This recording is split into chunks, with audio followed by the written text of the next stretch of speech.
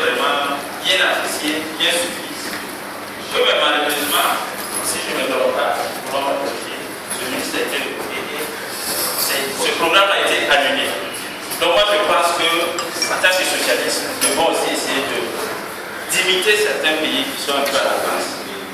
Et cette idée-là, quand même, je pense que c'est une idée qui doit être la bienvenue dans toutes nos organisations et tout notre temps.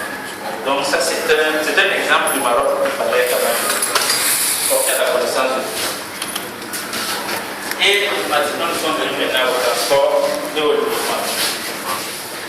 Il y a la construction d'un chemin de fer. C'est un programme pour l'instant dans la sous-région.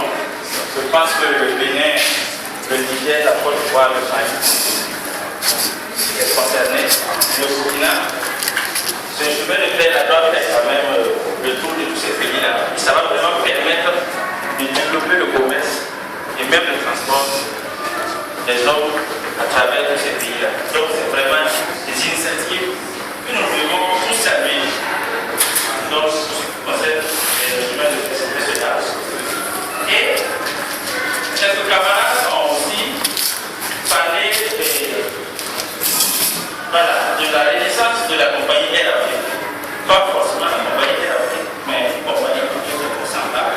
Parce que nous savons que la compagnie Air Afrique avait quand même réussi à décerner beaucoup de pays africains dès le temps où il fait de l'eau attendre dans les ports.